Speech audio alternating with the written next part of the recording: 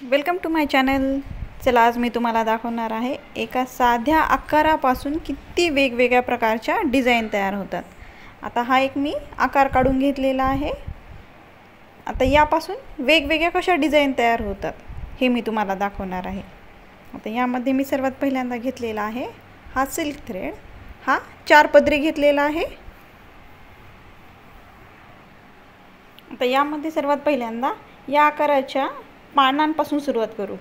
याच्या पानाच्या इथून आपण सुईवरती घेतली आणि इथे आपण आता लॉन्ग फ्रेंच नॉट टाकून घेणार आहोत।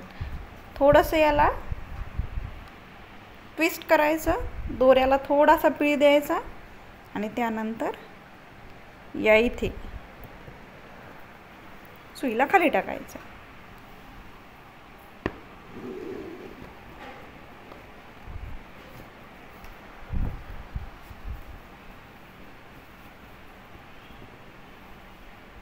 पुन्हा एकदा दाखवते।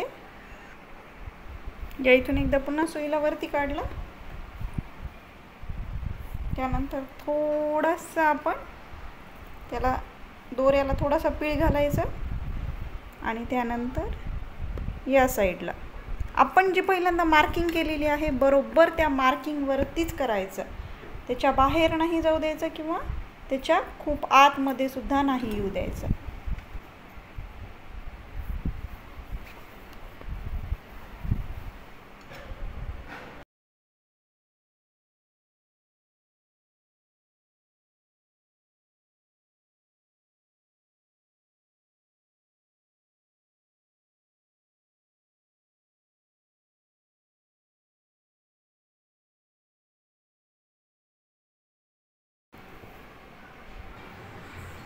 आता सेम मी या साइडनेही करून घेते।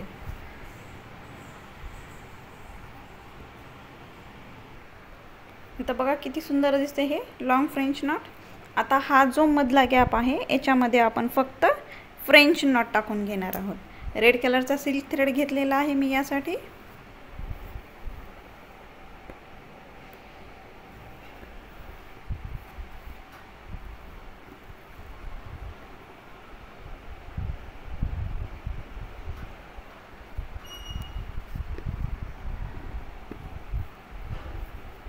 या पद्धतीने करून घ्यायचं।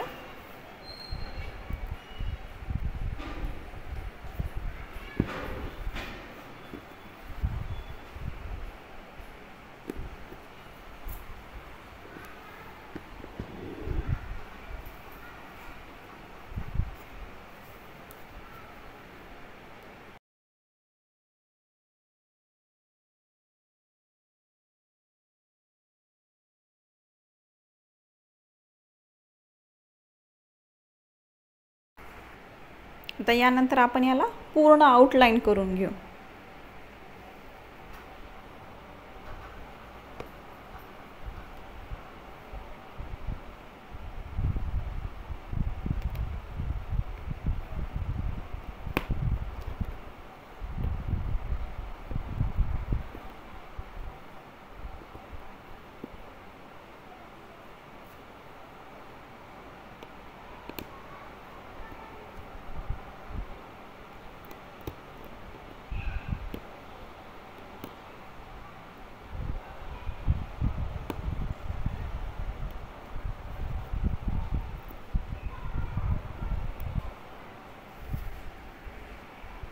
आता बघा याला आउटलाइन केल्यामुळे किती सुंदर याला गेटअप आलं। आता यामध्ये आपण हा ड्रॉप शेपचा मोती टाकणार आहोत। तो टाकताना या इकडून निडलला खाली टाकायचं, खालचा दोरा वरती घ्यायचा, त्यानंतर त्यामध्ये टाकायचा आणि अगदी याच्या इथेच लॉक करून घ्यायचं। पुन्हा एंड नॉट टाकून घ्यायची, लॉक नाही सॉरी।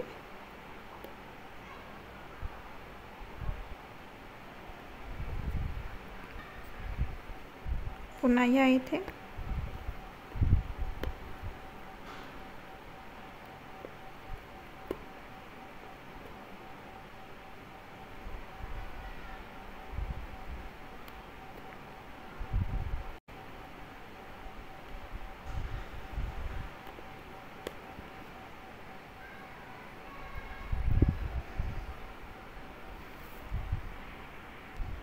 आता यातली दुसरा एक प्रकार तुम्हाला दाखवते.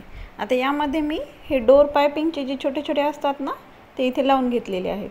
डोर पायपिंगची जी दोरी असते ना ती दोरी इथे फॅब्रिक ग्लूच्या साह्याने चिटकवून घेतलेली आहे. आणि आता या दोरीवरती आपण साधं जे लोड स्टिचिंग केलं जातं ते लोड स्टिचिंग करणार आहोत सिल्क थ्रेडने. मी तुम्हाला दाखवते कसं करायचं ते. या इथून सुईला वरती काढायचं, दोऱ्याला वरती काढायचं.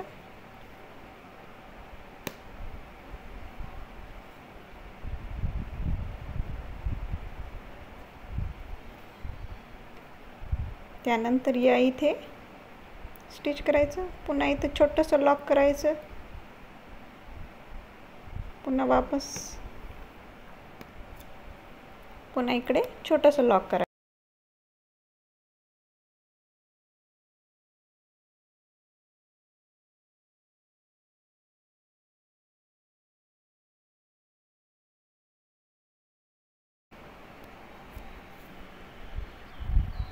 आता यानंतर आपण या रेड कलरच्या सिल्क थ्रेडने एक एक छोटी छोटी फ्रेंच नॉट टाकणार आहोत. पण फ्रेंच नॉट टाकताना त्यामध्ये चमकी टाकणार आहोत. या पद्धतीने छोटीशी वाली लॉंग फ्रेंच नॉट टाकायची.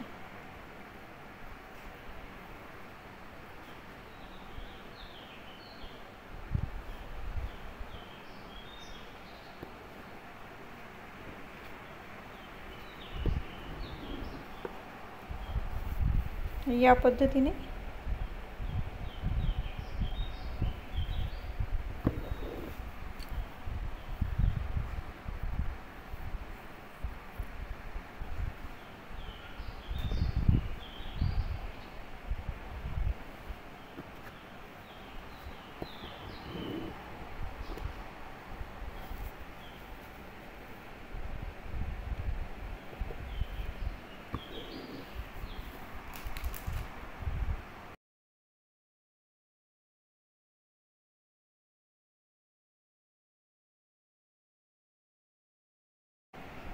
हे बघा. आता हे किती सुंदर पद्धतीने दिसते. यामध्ये काहीच नाही, फक्त फ्रेंच नॉट टाकलेली आहे आणि एक टिकली टाकलेली आहे. यामध्ये सर्वात महत्त्वाचं म्हणजे याची सुरुवात करताना कधीही आउटलाईनपासून म्हणजे बाहेरच्या बाजूने सुरुवात करायची आणि मग एक एक एक एक लेयर अशा मधामध्ये यायचं.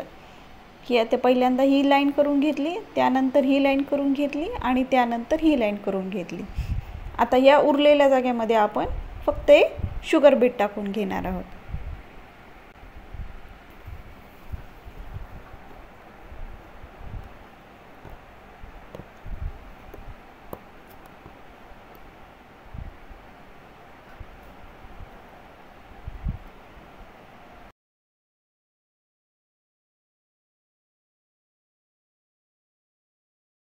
जी केलेली असते त्या आउटलाईनच्या बाहेर बिलकुलही जाऊ द्यायचं नाही, तरच त्याची फिनिशिंग सुंदर दिसते. बघा किती सुंदर दिसते हे. आता याला आपण एक फक्त या लीफच्या इथे एक छोटीशी आउटलाईन करून घेऊ जरी थ्रेडने. हे बघा किती सुंदर पद्धतीने दिसतं. याला आउटलाईन करणं खूप गरजेचं असतं, कारण आउटलाईनमुळं ना त्याची फिनिशिंग अजून सुंदर दिसते. जसं आपण लहान असताना लहानपणी चित्र काढल्याच्या नंतर ब्लॅक कलरने जशी आउटलाईन करायचो, तसं नेहमी आपण आरी वर्क करताना ही छान जरी थ्रेडने अशी आउटलाईन करून घ्यायची. त्याला अजून सुंदर गेटअप येतं. जर तुम्हाला यामध्ये काही अडचण असेल तर तुम्ही मला कमेंट सेक्शनमध्ये विचारू शकता. आणि प्लीज माझ्या चॅनलला लाईक, शेअर आणि सबस्क्राईब करा. Thank you for watching.